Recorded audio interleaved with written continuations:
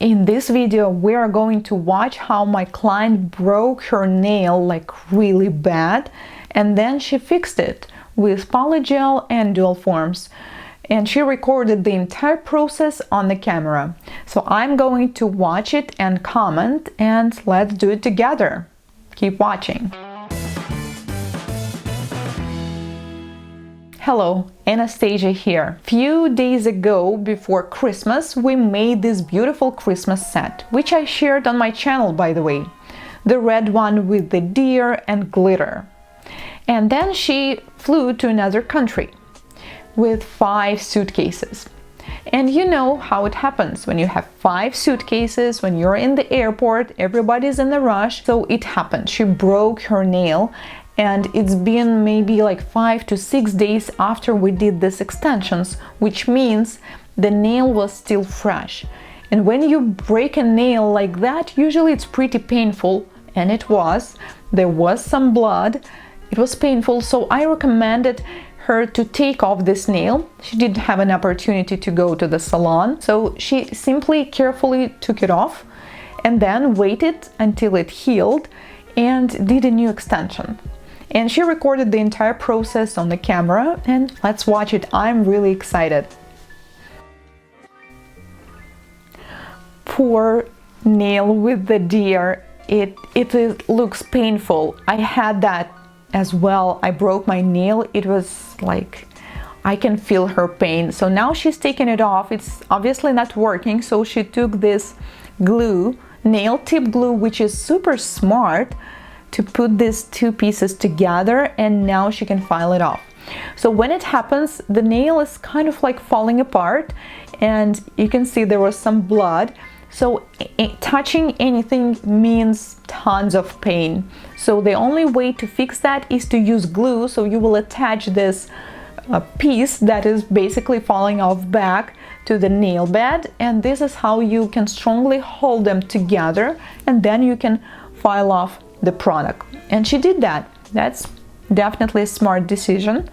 She's using a carbide bead to take it off. By the way, I already recorded reaction video with this client. She did soft gel extensions on herself as well as cuticle care. So if you're curious, you can watch this video on my channel too. I will leave the link down below.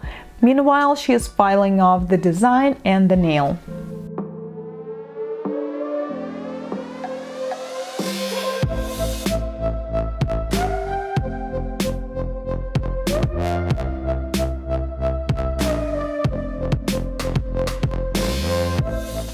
Take the dust off, and she is going to soak it off. Yes, this was my recommendation too, by the way.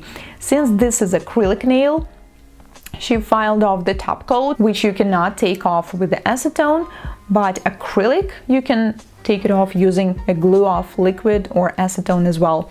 So she waited a few minutes, I guess, and then she's taking it off. The problem is that the lower part, the one with the eyes and the nose of the deer, even though I did this nose from acrylic, I still sealed it with a top coat, and those eyes were made of gel. So I assume that part was not filed off, and it's not gonna fully soak off. Oh my god, this looks super scary. I mean, this is like a part of the horror movie, right? I mean, or some Halloween nails. Like, now this nail is falling into 2 parts again, because this liquid, it's called glue off, by the way. So it was originally designed to take off the glue, and the glue that she used to put them together, it was just soaked off again, so it's not holding together anymore, but at least acrylic is soft. So this is how it works. Once you soak off acrylic nails, it's not that they just fall off, but the product becomes softer, so then you can carefully clean it off. And orange wood stick is definitely the best tool to do that. I do not recommend using any metallic tools such as pusher, because once you do this soak off process, your nail bed, your nails, they were like in a warm bath. So now they're very vulnerable. And if you're going to scratch them or apply some pressure, especially with some metallic tool or sharp tool, you can easily damage them. So please do not do that. And oh, okay, she's cutting off this cotton part with the scissors, but I can see that this second part is definitely still hard. It did not soak off and it's not coming off. Well, at least the good part about this is, since she's doing this on herself, she can feel everything and you will obviously not hurt yourself. When I was working on the nails like that with my clients, I think maybe I was terrified even more than the client itself, because you cannot really feel if it hurts for another person. So you're just constantly asking, like, does it hurt? Are you okay?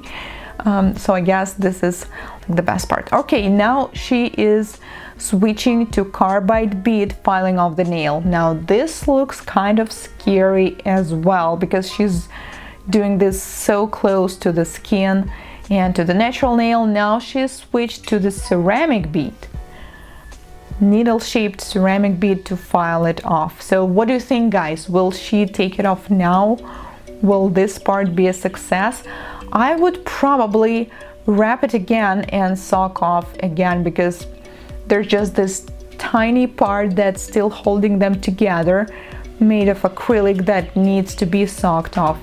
Actually, it's hard to tell when you're just watching this on the video. You know, when we watch somebody doing something, we're always like, hey, you could just do that. But when we're doing this by ourselves, it feels kind of different. And she did that. She's wrapping it again in the glue off. Good move. For a few minutes, I guess, unwrapping it. And let's see what's inside. Taking off the cotton, and now acrylic is super soft. Yeah, once you do it second time, it gets so much easier. Now this acetone can saturate the product even deeper. It can penetrate deeper and we can take it off much easier. But this part with the wound looks pretty scary. And oh, it actually looks like the second part is soft now. So probably we can take it off. And okay, I think this time it's going to be the success. Or no? Well, this second part, it's holding up so strong, right? Like, I mean, it just doesn't want to come off. And it happens all the time when you break a nail. I mean, this just tiny part, it just doesn't want to let go. Oh, come on, man. Set us free. Yay. All right, yeah, well, I can feel her pain, and yeah, such a relief. Awesome. So now she's taking off the excess product with the orange wood stick. By the way, when you're soaking off acrylic and you're doing it for a while, keep in mind that once you unwrap it and you have the air coming up, then the product will start to harden again. So you need to work pretty fast.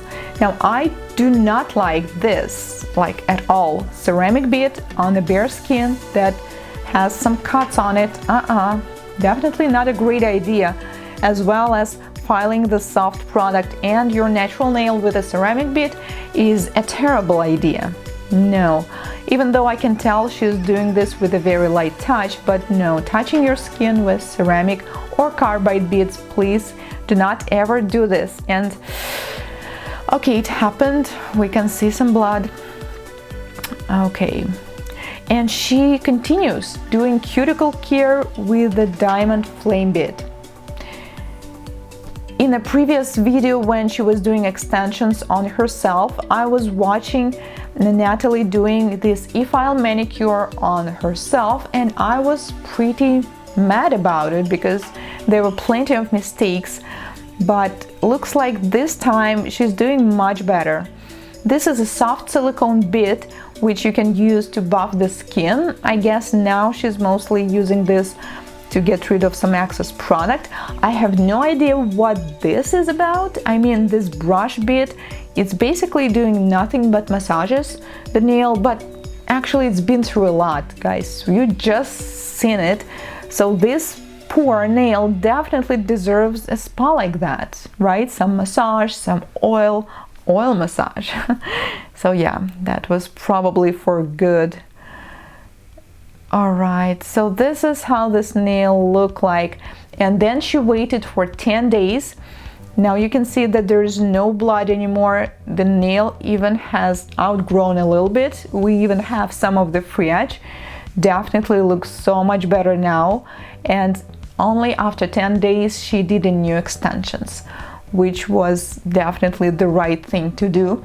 You cannot do extensions on a nail like that you just see. You definitely need to wait until it heals, because it's not just painful, it's also dangerous. We need to wait until everything fully heals. And now she's doing this e-file manicure. I can tell the speed is pretty low, which is okay if you're just getting started, and she's pushing up the cuticles with orange wood stick. I have to say that this is so much better this time when you're learning how to work with the e-file, especially on yourself. I think it's important to not overdo it. I think it's totally okay if some cuticle is left there, or you know, just some skin is still out there. It's always better than to cut, like, right, to overdo. So she's buffing the sidewalls with the same diamond bit. Then we switch to the file, and I have no idea what this is about. I guess taking off the surface shine, but I believe there is no surface shine on this nail anymore. Good job! This looks great, guys. Check out this clean cuticle. We can tell that the nail plate is pretty tortured by now. There's like a red spot right in the middle.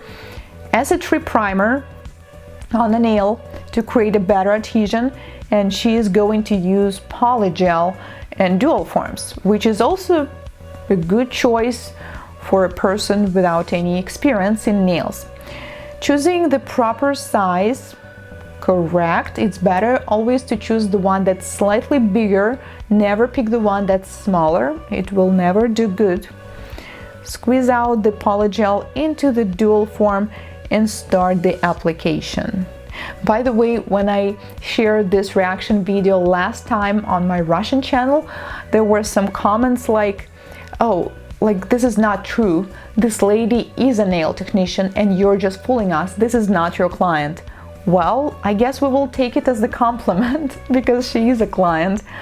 And now she's doing this reverse application, like smoothing out the surface with a brush, and here we can see the mistake. She took too much product from the apex area, from the middle.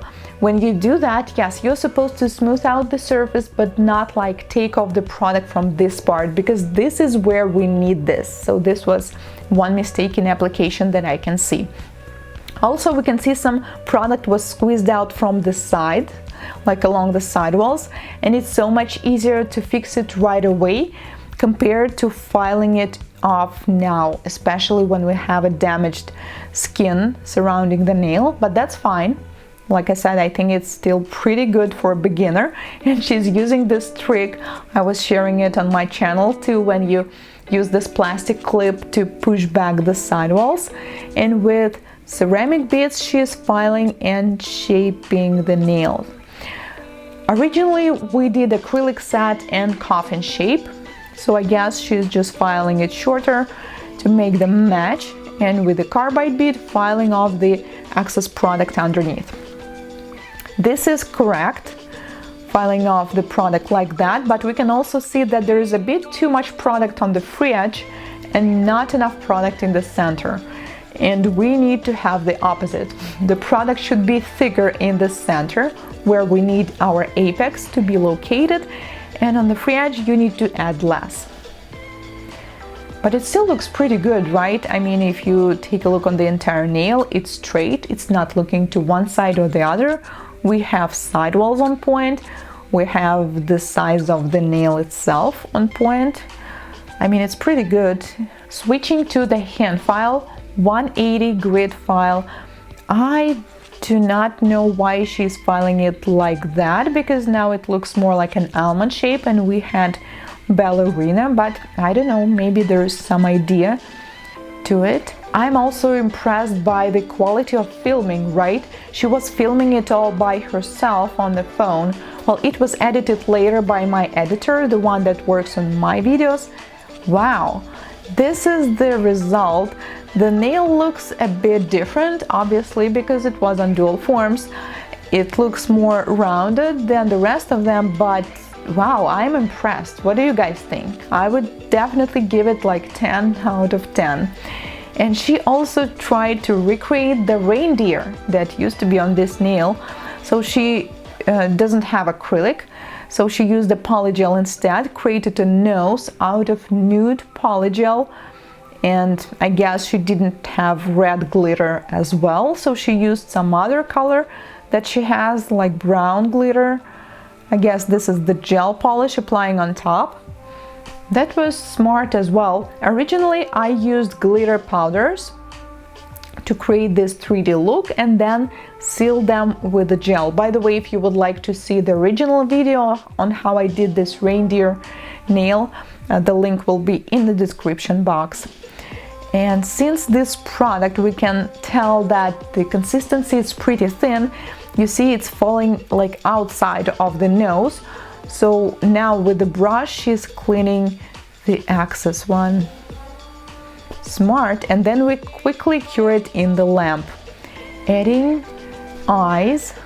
Wow, that's pretty good. And now she's doing these horns. So the brush she's using is obviously too thick for the super thin lines. I mean, if your goal is to make something thinner, you need to use a more detailed brush.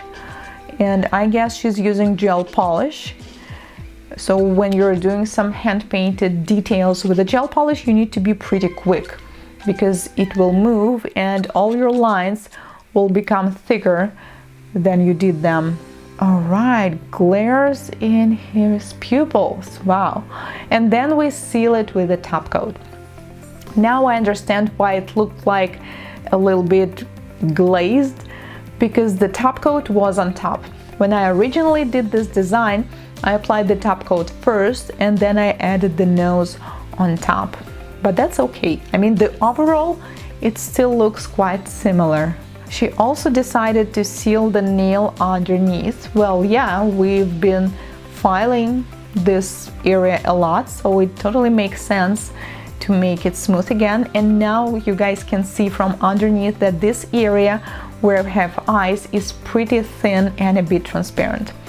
This is what we had after this trip, our poor broken reindeer nail, and this is how it looked like when she took this off. But I think she did great. The result is super awesome. Let me guys know what do you think, and if you like this kind of videos, would you like to see more? Thank you so much for watching. If this is your first time here on my channel, consider subscribing, as I post new nail art tutorials, educational videos, and sometimes different stuff like this one, reaction videos, every week. See you in my next one. Goodbye!